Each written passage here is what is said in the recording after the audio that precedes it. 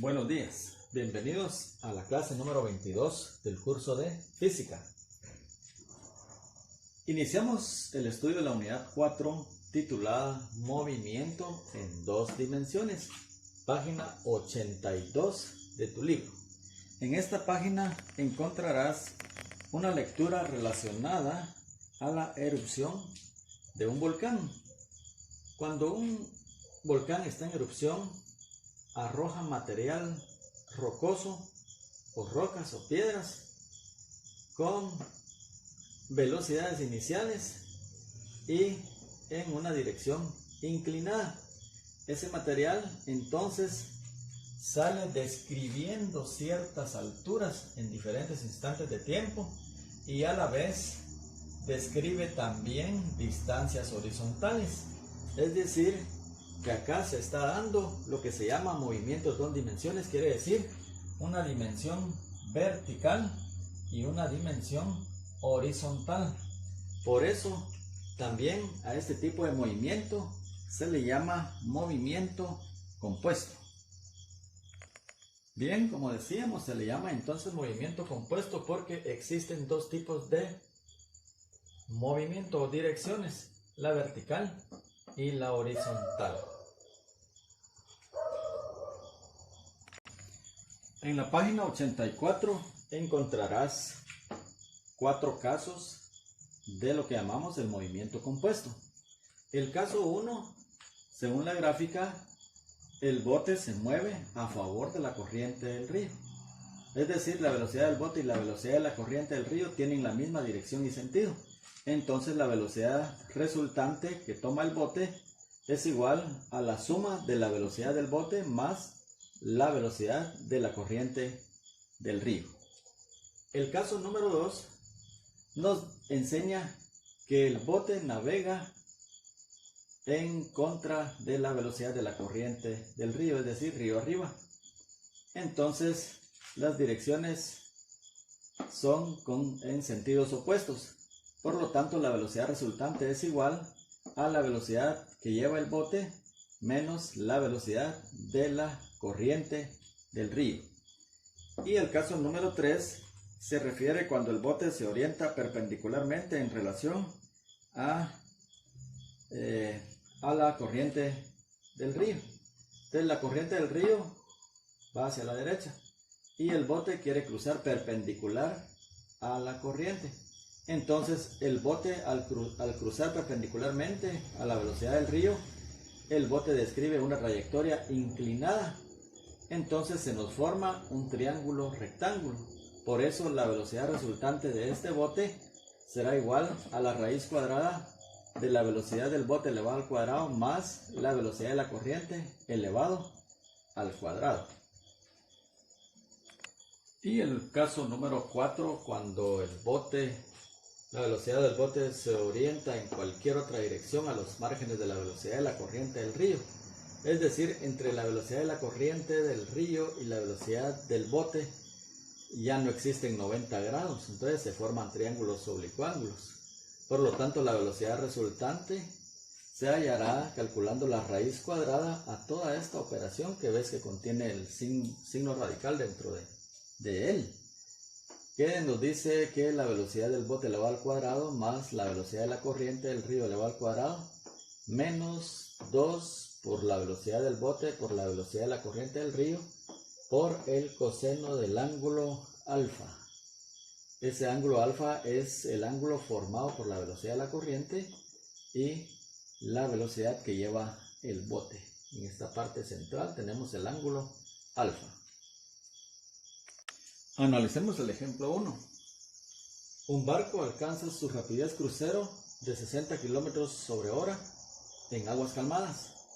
Calcula el menor tiempo que demora en realizar un viaje de ida y vuelta entre dos puertos que distan 140 kilómetros entre sí, en un río que fluye a 10 km/h. En nuestro primer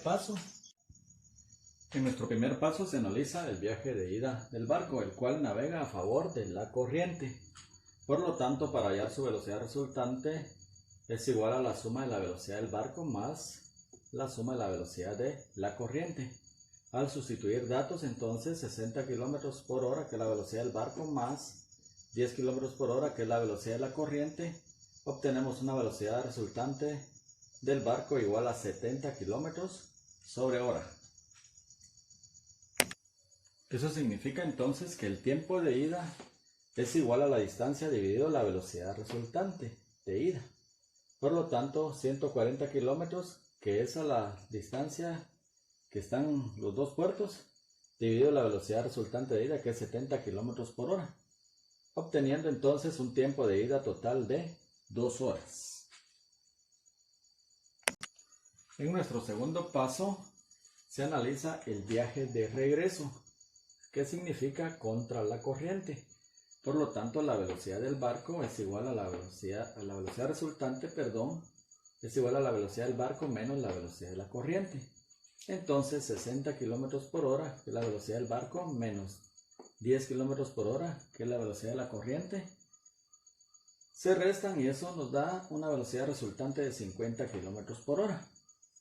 Por lo tanto, ahora acá es el tiempo de regreso.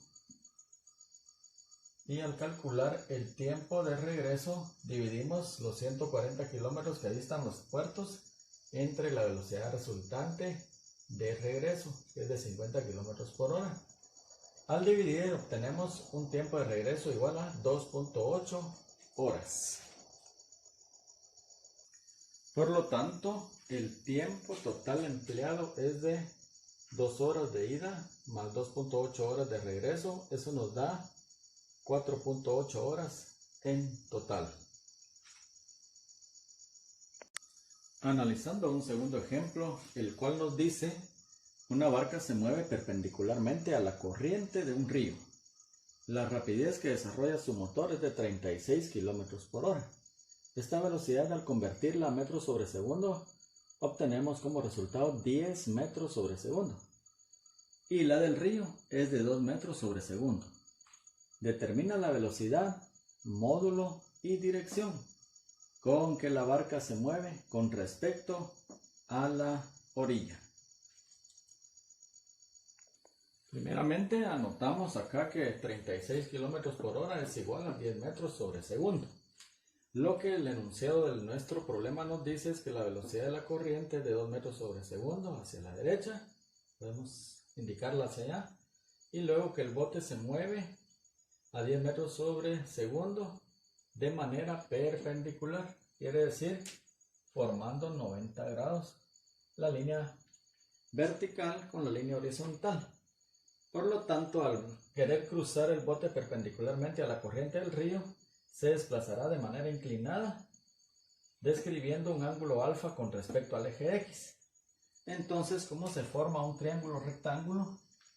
La velocidad resultante no es más que hallar la hipotenusa de dicho triángulo.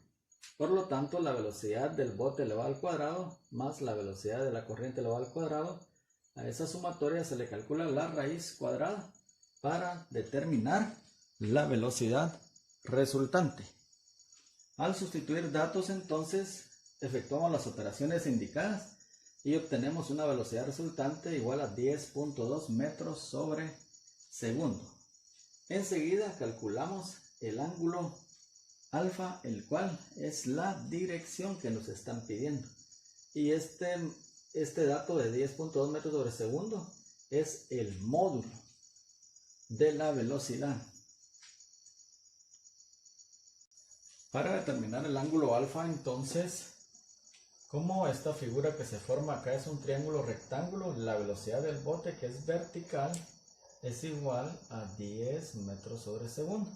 Y tenemos una base que es la velocidad de la corriente, que es igual a 2 metros sobre segundo. Entonces, al determinar este ángulo alfa, a través de la ecuación tangente inversa del cateto opuesto dividido cateto adyacente, sustituimos datos en nuestro cateto opuesto, que es igual a 10, y nuestro cateto adyacente es igual a 2. Entonces la tangente inversa de la división de 10 entre 2 es igual a un ángulo alfa de 78.69 grados. Por lo tanto, la velocidad resultante a la que se mueve la barca tiene un módulo de 10.2 metros sobre segundo y una dirección de 78.69 grados respecto al eje X positivo. Respuesta final de nuestro ejemplo número 2. Bien, nuestro deber consistirá en resolver las actividades de la página 85 del ejercicio número 1 al ejercicio número